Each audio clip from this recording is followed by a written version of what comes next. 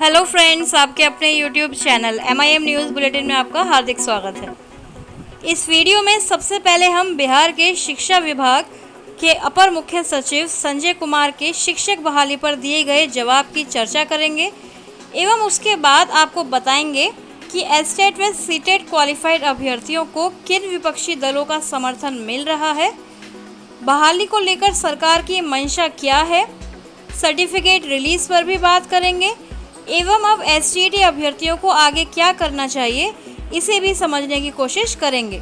तो वीडियो को एंड तक ज़रूर देखें और चैनल को सब्सक्राइब करना ना भूलें।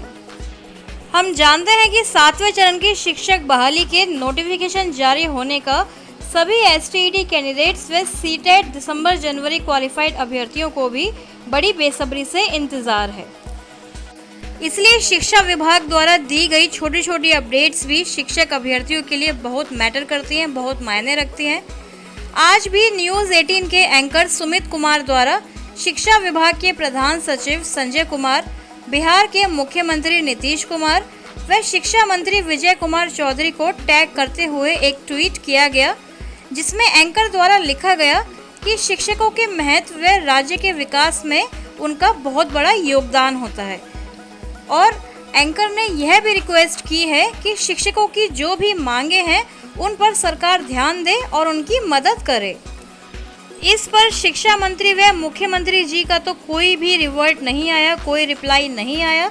लेकिन प्रधान सचिव संजय कुमार, जो हमेशा ही सोशल मीडिया पर एक्टिव नज़र आते हैं, उन्होंने इस वाक्य पर सहमति जताते हुए कहा कि the department is duty bound to recruit with fairness, transparency and speed, so we are doing our best. इसका मतलब कि शिक्षा विभाग निष्पक्ष व पारदर्शी रूप से बड़ी तेजी के साथ शिक्षकों की भर्ती करने के लिए बाध्य है और हम इसके लिए अपना बेस्ट कर रहे हैं। तो प्रधान सचिव संजय कुमार के इस बयान से अभ्यर्थियों में फिर से उम्मीदें जगने लगी हैं, क्योंकि पहले भी जब भी संजय कुमार द्वारा कोई वाक्य, कोई बयान दिया गया है तो वह सही साबित हुआ है। क्योंकि हम जानते हैं कि जब 12 मार्च को STET का रिजल्ट जारी किया जाना था, तब भी सबसे पहले संजय कुमार सर द्वारा ही सोशल मीडिया पर यह जानकारी दी गई थी। इसलिए शिक्षक अभ्यर्थीगण संजय कुमार सर की बातों पर यकीन करते हैं। अब बात करते हैं उन अभ्यर्थियों की, शिक्षक अभ्यर्थियों की, जिनका यह कहना है कि अब जब बिहार में स्कूल खोलने की कवायद चल रही है, तब भी मुख्यमंत्री नीतीश कुमार एवं शिक्षा मंत्री श्री विजय कुमार चौधरी शिक्षक भर्ती के प्रति उदासीन क्यों हैं? पूरा शिक्षा महकमा इस पर चुप्पी साधे क्यों बैठा है? क्योंकि हम जानते हैं कि शिक्षा विभाग के अपर मुख्य सचिव संजय कुमार हमेशा ही सोशल मीडिया पर, खासकर ट्विटर पर एक्टिव रहते हैं और अभी आज ही उनका ये जवाब आया है। उससे पहले हाल ही में पदभार संभालने वाले प्राथमिक शिक्षा निदेशक हों या माध्यमिक शिक्षा निदेशक, कोई भी अधिकारी STET मामले में अभ्यर्थियों को नियुक्ति का दिलासा तक नहीं दे रहा है।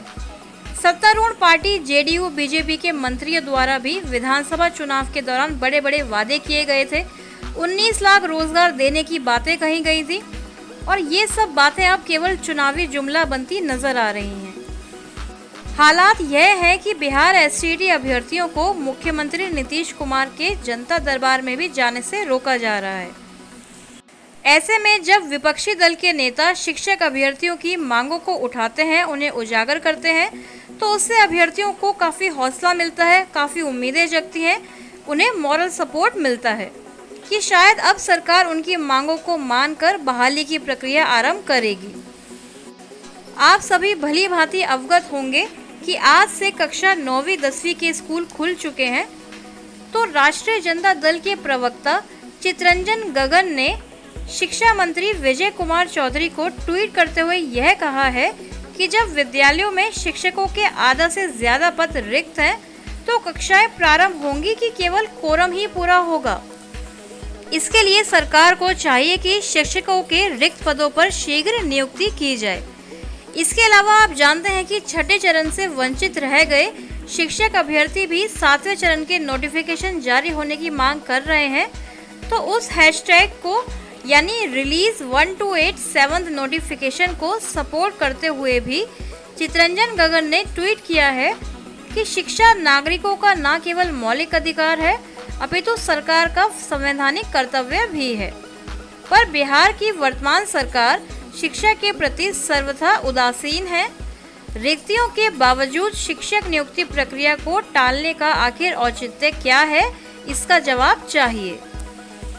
यहाँ आपको एक जानकारी और दे दें कि फ्रेंड्स, अब सीटेट दिसंबर जनवरी कैंडिडेट्स जहाँ एक तरफ 7वें चरण में प्राथमिक बहाली की मांग कर रहे हैं, यानी 1 to 8 की बहाली की मांग कर रहे हैं, वहीं दूसरी तरफ वे 6 फेज में यानी छठे चरण में 3rd राउंड की काउंसलिंग यानी तीसरे चक्र की काउंसलिंग के साथ नए सिरे से आवेदन लेने की भी बात कर रहे हैं।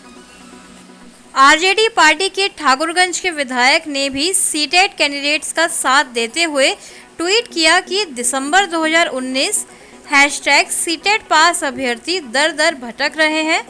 मुख्यमंत्री जी के जनता दरबार में भी इन अभ्यर्थियों को जाने से रोका जा रहा है। तो माननीय मुख्यमंत्री नीतीश कुमार जी, एक बार सुन लीजिए इन बच्चों को भी। और सोशल मीडिया के अलावा मेन स्ट्रीम मीडिया के बड़े बड़े व नामचीन पत्रकार भी अब बिहार एसटीईटी क्वालिफाइड व सीटेट पास अभ्यर्थियों के समर्थन में आगे आकर बड़े एक्टिव नजर आ रहे हैं और अभ्यर्थियों के सोशल मीडिया कैंपेन को अधिक सफल बनाने व सोई हुई सरकार को जगाने का काम कर रहे हैं। और एक बात और, जैसा कि हम सब जानते हैं कि आगामी सितंबर महीने से पंचायत चुनाव की तारीखों का ऐलान भी किया जा चुका है, तो मतदान से कुछ समय पहले ही, एक निश्चित समय पहले ही आचार संहिता यानी कोड ऑफ कंडक्ट भी लागू हो जाएगा, जिसमें सभी पदाधिकारी, शिक्षा विभाग, मंत्रीगण व प्रत्येक विभाग के कर्मी भी चुनाव कार्यों में व्यस्त हो जाएंगे।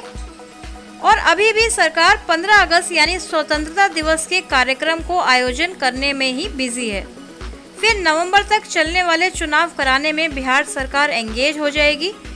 इसलिए ज़रूरी है कि पहले जितनी जल्दी हो सके एसटीईटी सर्टिफिकेट इशू करने की मांग जोर शोर से उठाई जाए, तभी सरकार पर दबाव कायम होगा और शिक्षा विभाग बिहार बोर्ड को सर्टिफिकेट रिलीज करने का आदेश देगा।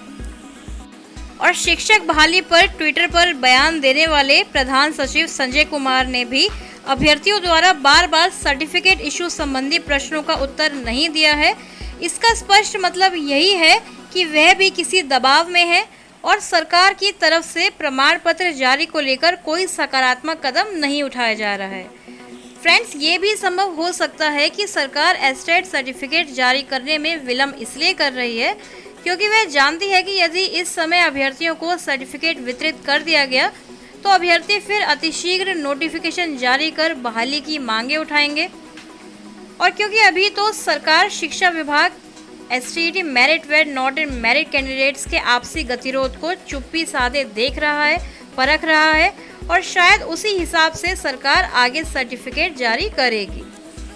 और फिर बहाली के लिए कौन सी नियमावली या प्रक्रिया अपनाती है, ये भी जल्द ही पता चल जाएगा।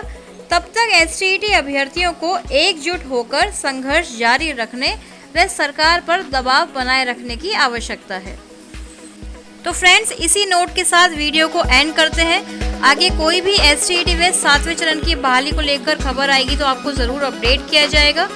इसी तरह खबरों को लगातार सबसे पहले पाने के लिए हमारे चैनल को सब्सक्राइब करें एवं बेल आइकन दबाना ना भूलें। Thank you for watching.